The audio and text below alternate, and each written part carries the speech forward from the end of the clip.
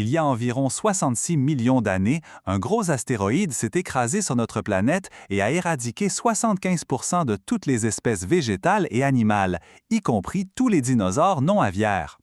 Cette extinction massive, connue sous le nom d'extinction du Paléogène du Crétacé ou extinction KPG, a changé à jamais la trajectoire de la vie. Revenons à ce jour fatidique où les dinosaures ont fait leur dernier pas sur Terre.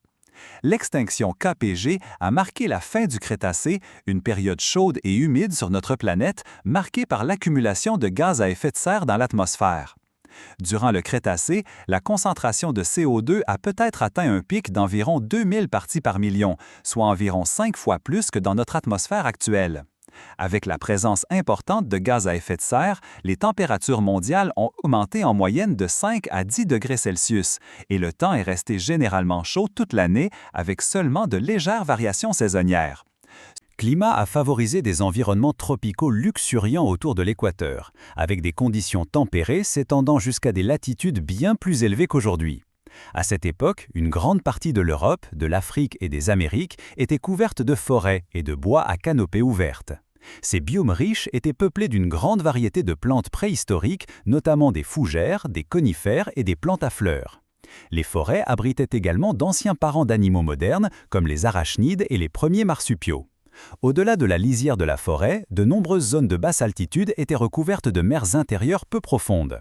Les calottes glaciaires polaires n'existaient pas à l'époque et les océans étaient plus chauds, entraînant une hausse significative du niveau de la mer. Les rivières et les lacs débordaient souvent de leurs lits, créant de vastes zones humides et marécages. Ces écosystèmes humides abritaient sortes d'organismes terrestres et semi-aquatiques. Les amphibiens prospéraient au bord de l'eau, coexistant avec les arthropodes et les poissons osseux. Ces créatures plus petites attiraient également des prédateurs aériens, comme les oiseaux primitifs et les reptiles volants appelés ptérosaures.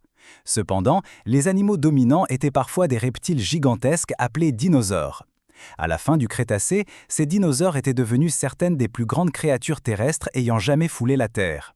D'imposants brouteurs, comme l'Argentinosaurus, utilisaient leur cou imposant pour se nourrir des feuilles des plus grands arbres. D'imposants cératopsiens et hadrosaures parcouraient les plaines ouvertes en troupeaux multigénérationnels. Aux côtés de ces herbivores massifs vivaient de puissants et féroces carnivores, comme le Tyrannosaure rex, et des chasseurs à plumes appelés Dromaeosauridés ou rapaces. Le jour où l'astéroïde a frappé la Terre était un jour comme les autres. À travers les forêts et les plaines inondables, les animaux vaquaient à leurs activités quotidiennes. Un troupeau de cératopsiens broutait la végétation basse. Un grand T-Rex mâle cherchait son repas du matin, tandis que des ptérosaures planaient dans le ciel, atterrissant peut-être sur un arbre ou une falaise à proximité. De petits mammifères rampaient dans des terriers, où ils mangeaient et prenaient soin de leurs petits. Poissons et reptiles marins nageaient dans les eaux peu profondes de l'océan, ignorant la dévastation à venir. Certains de ces animaux ont peut-être levé les yeux et aperçu un point lumineux de plus en plus brillant traversant le ciel à toute vitesse. Il s'agissait peut-être d'un astéroïde de type C, d'environ 10 km de diamètre. Quelques secondes avant l'impact, l'astéroïde est entré dans la haute atmosphère terrestre à un angle d'environ 60 degrés par rapport à l'horizontale et a filé vers la surface à environ 20 km par seconde, soit 72 000 km/h. L'astéroïde est devenu visible depuis la surface, les dinosaures, mammifères et autres créatures n'ont pas eu le temps de s'échapper, leur sort étant scellé. En fonçant vers la surface, l'astéroïde a comprimé et réchauffé l'air environnant.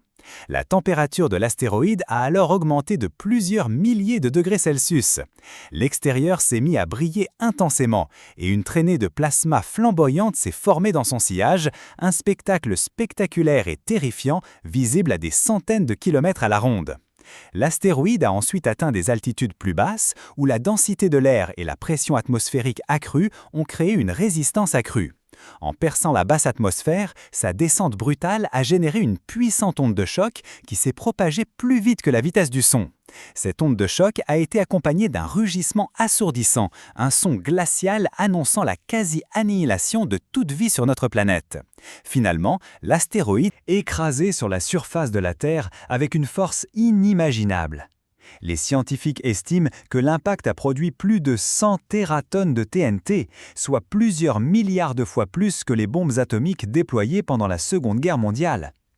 Toute cette énergie explosive a vaporisé la majeure partie du corps de l'astéroïde en déformant la croûte terrestre. Le sol a rapidement fondu et s'est effondré, formant un cratère de près de 200 km de large et 20 km de profondeur. En un instant, le site de l'explosion a été englouti par une gigantesque boule de feu dépassant les milliers de degrés Celsius. Une intense impulsion de chaleur a rayonné de son centre, incinérant tout ce qu'elle a touché. Tous les organismes vivants à proximité de la zone d'impact ont été carbonisés ou vaporisés, des plus petits mammifères aux plus grands dinosaures. À de plus grandes distances, l'onde de choc et le rayonnement thermique ont déclenché d'immenses incendies de forêt, qui se sont rapidement propagés grâce à l'abondance de matières végétales inflammables et à des vents violents. L'impact immédiat a également projeté des milliards, voire des billions de tonnes de débris dans l'atmosphère. Certains matériaux ont volé suffisamment haut pour atteindre la haute atmosphère, voire s'échapper dans l'espace. Le reste s'est déversé à la surface comme une pluie sombre et mortelle. Ces débris ont déclenché une nouvelle vague d'incendies à travers le globe qui a consumé des écosystèmes entiers. À travers les forêts et les marécages, la matière organique a brûlé à grande échelle, libérant des quantités stupéfiantes de fumée, de suie et de dioxyde de carbone dans l'atmosphère. Tous ces gaz et débris se sont accumulés en un épais nuage qui a obscurci le ciel, annonçant un hiver d'impact. En quelques minutes, heures et jours, ce manteau de fumée et de débris s'est étendu sur la Terre, empêchant la lumière du soleil de réchauffer le sol et donc de refroidir les neiges. Température mondiale. Alors que ce nuage sombre s'étendait au-dessus de nos têtes, un tsunami mondial a rayonné depuis le site d'impact. Lorsque l'astéroïde a frappé la Terre, il a non seulement déplacé des roches et des débris, mais aussi d'énormes quantités d'eau. Près du site d'impact, la vague initiale a pu atteindre 1500 mètres de haut, soit près d'1 mille. 10 minutes seulement après l'impact, les vagues atteignaient des centaines de mètres de haut et se déplaçaient à des centaines de kilomètres par heure. Certains de ces tsunamis étaient suffisamment puissants et rapides pour traverser des bassins océaniques entiers, inondant les côtes lointaines de vagues implacables. Ces tsunamis ont été particulièrement dévastateurs pour les environnements côtiers de basse altitude, comme les marécages et les zones humides. Les vagues ont frappé la terre avec une force telle qu'elles ont déraciné des arbres, érodé les sols et remodelé les côtes. Des habitats entiers ont été submergés, noyant ou emportant d'innombrables plantes et animaux. Ces tsunamis ont également laissé derrière eux de l'eau salée et des sédiments qui allaient perturber l'équilibre des écosystèmes côtiers et d'eau douce pour les décennies à venir. Dans les minutes qui ont suivi l'impact, la dévastation s'est poursuivie tandis que des ondes sismiques comparables aux tremblements de terre les plus puissants jamais connus ont secoué notre planète. Le séisme initial a peut-être ouvert des fissures dans le sol et secoué la Terre avec une force suffisante pour arracher des forêts. Même après le passage du premier séisme, une série de répliques a continué à secouer le sol pendant des minutes, voire des heures après l'impact. Ces répliques ont activé des lignes de faille et provoqué des glissements de terrain, terrestres et sous-marins.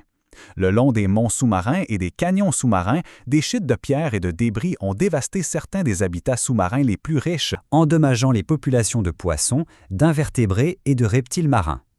Comme si l'impact d'un astéroïde géant n'était pas déjà assez catastrophique, de violentes éruptions volcaniques se produisaient dans les trappes du Décan, à l'autre bout du monde. Ces volcans étaient en éruption depuis environ 300 000 ans avant l'impact de l'astéroïde et allaient continuer à le faire pendant au moins 500 000 ans encore.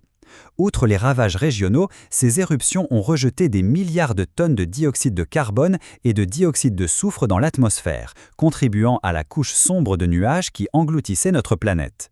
Les éruptions des trappes du Décan ont peut-être été suffisamment catastrophiques pour déclencher à elles seules une extinction massive, mais il est important de reconnaître que l'astéroïde en a été la cause principale. Ensemble, elles ont infligé un coup double qui a failli faire disparaître la vie sur Terre. En quelques semaines, voire quelques mois, notre planète a sombré dans une obscurité glaciale, poussant la vie à l'extrême. Le manque de lumière solaire a empêché les organismes producteurs, comme les plantes, d'effectuer la photosynthèse. Ces organismes ont péri en nombre record, provoquant l'effondrement total des chaînes alimentaires mondiales. Avec le déclin des populations végétales, les herbivores ont peiné à trouver de la nourriture et leurs populations ont chuté. À leur tour, les carnivores et les charognards ont perdu leur principale source de nourriture et ont lutté pour leur survie. La même dévastation en cascade a affecté les réseaux trophiques marins, le phytoplancton ayant fortement décliné, affectant presque tous les organismes, des plus petits poissons aux plus grands reptiles marins. Ce jour est souvent appelé le dernier jour des dinosaures, bien que certaines espèces aient survécu au-delà des premiers jours ou semaines suivant l'impact. Certains dinosaures non aviaires ont peut-être survécu pendant des milliers d'années, mais les conséquences écologiques étaient trop importantes pour qu'ils puissent les supporter à long terme. La grande taille et le régime alimentaire exigeant de nombreux dinosaures les ont rendus inadaptés aux conditions changeantes de notre planète.